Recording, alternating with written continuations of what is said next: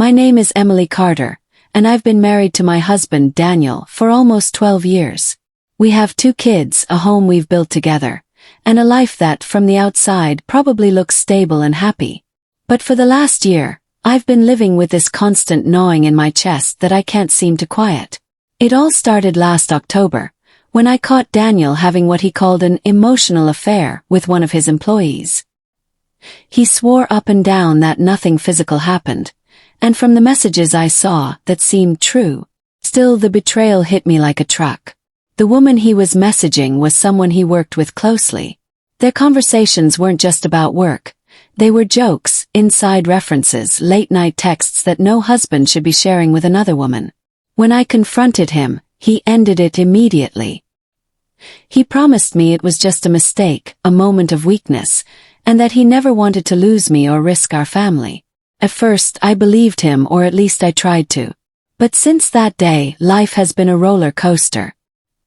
He agreed to give me access to his phone and messages to rebuild trust, but what I've seen since then hasn't exactly made me feel better. It hasn't been him crossing the line, at least not directly. Instead, it's the way a handful of his female employees constantly message him outside of work hours. They send him random things, memes, jokes, even selfies. There's one girl in particular, and she drives me insane. Her name is Megan.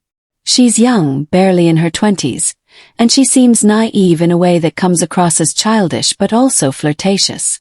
She sent him pictures of herself, not inappropriate ones, but casual ones like a selfie in her car or at a coffee shop. I know to some people that may not sound like a big deal, but to me it feels invasive. It's like she's inserting herself into my marriage, trying to test boundaries.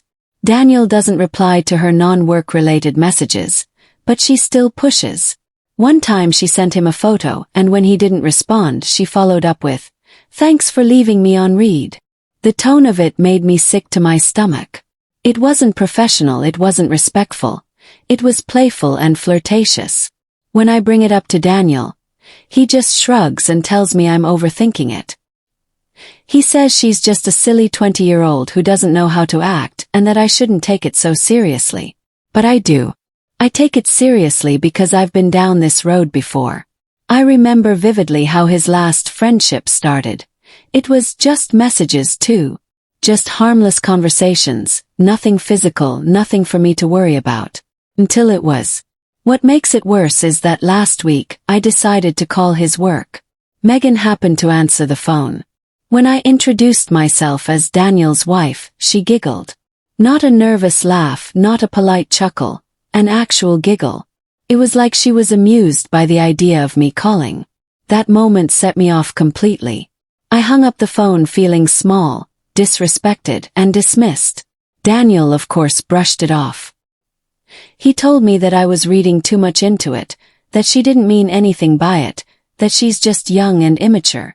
But I can't shake the feeling that he isn't putting up firm boundaries at work. It feels like he enjoys the attention, even if he doesn't directly encourage it.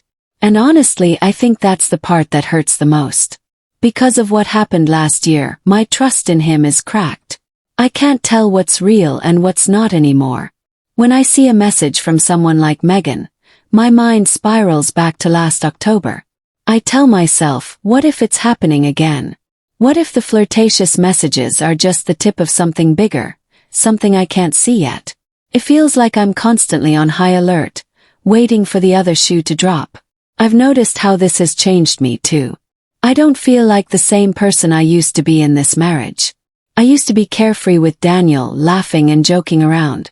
Now I find myself analyzing every word, every look, every late night at the office. I question whether I really know him outside of our home. At work, he's surrounded by people I don't know, in situations I can't see, and that terrifies me. I've tried to explain this to him. I've told him that it's not just about Megan or anyone else. It's about how his past actions shattered my trust. I've told him that I need him to step up, to create clear and obvious boundaries at work, to shut down anything that even remotely feels inappropriate. But every time I bring it up, he tells me I'm being silly, dramatic, or overly sensitive. He calls it jealousy, instead of recognizing it as a response to his betrayal. And honestly, that's what feels like gaslighting to me. He makes me question my own reality, like I'm crazy for reacting this way when I know I'm not. Part of me wonders if maybe I am overly sensitive now because of what happened last year. But even if that's true, doesn't he have a responsibility to help rebuild my trust instead of dismissing my feelings? That's what I can't seem to get him to understand. I've been trying to focus on examples from our relationship to remind myself of why I've stayed this long. There are times when he's shown me he can be reliable. Like when our youngest was sick earlier this year, and he stayed up all night with her so I could get some rest. Or when he planned a surprise weekend away for our anniversary. Just the two of us to try to reconnect. Those moments give me hope, because they remind me of the man I fell in love with. But then there are other moments that pull me right back into doubt. Like when he downplays my concerns about Megan. Or when he acts irritated that I want reassurance. Those moments make me feel small, like my feelings don't matter. I'm at a crossroads right now. I don't know how to keep going like this, always questioning, always doubting. I want to believe him when he says there's nothing to worry about, but his actions, or lack of action, make it so hard. I need him to prove that I'm his priority. That our marriage and family come before the ego boost of a 20-year-old's attention. Right now, I feel like I'm living in two different realities. In one, Daniel is the husband who ended his mistake the moment I caught it, who genuinely wants to rebuild what he broke.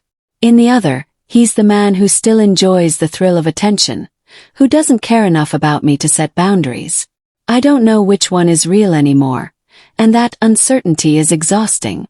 I'm sharing this because I feel like I've lost perspective. I don't know what's normal anymore, what's forgivable, or even what's fixable. All I know is that I'm tired of feeling like the only one fighting to protect this marriage. I want to feel safe again, but I don't know if Daniel is willing to do what it takes to make that happen.